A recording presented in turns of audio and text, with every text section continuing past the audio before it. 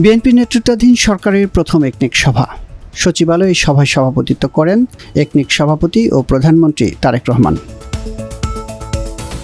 এ সভায় নতুন ও সংশোধিত মিলে ১৯টি প্রকল্প অনুমোদনের জন্য উপস্থাপন করা হয়, কিন্তু ভালোভাবে বিশ্লেষণ করার স্বার্থে প্রথম সভায় ৭টি প্রকল্প মূল্যায়ন করে কয়েকটিকে অনুমোদন দেওয়া হয়।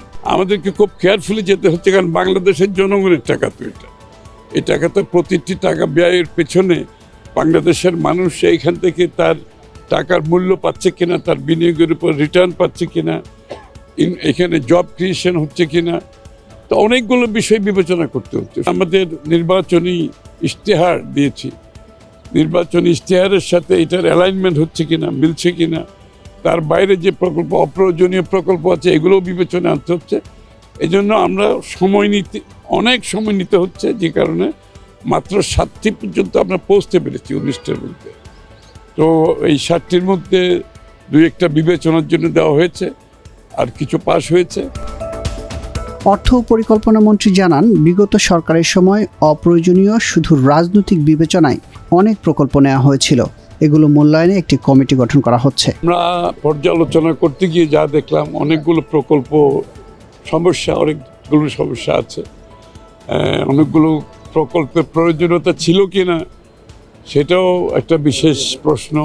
মাননীয় অ্যাডভাইজার অর্থ মন্ত্রণালয়, ওনাকে দিয়ে একটা কমিটি করা হয়েছে। আমরা সব প্রকল্প আমরা ইভ্যালুয়েশন করছি, এর মধ্যে কতগুলো বাদ যাবে, কতগুলো এক্সটেনশন করা যাবে, কতগুলো আগামী দিনে আমরা নতুনভাবে গ্রহণ করব।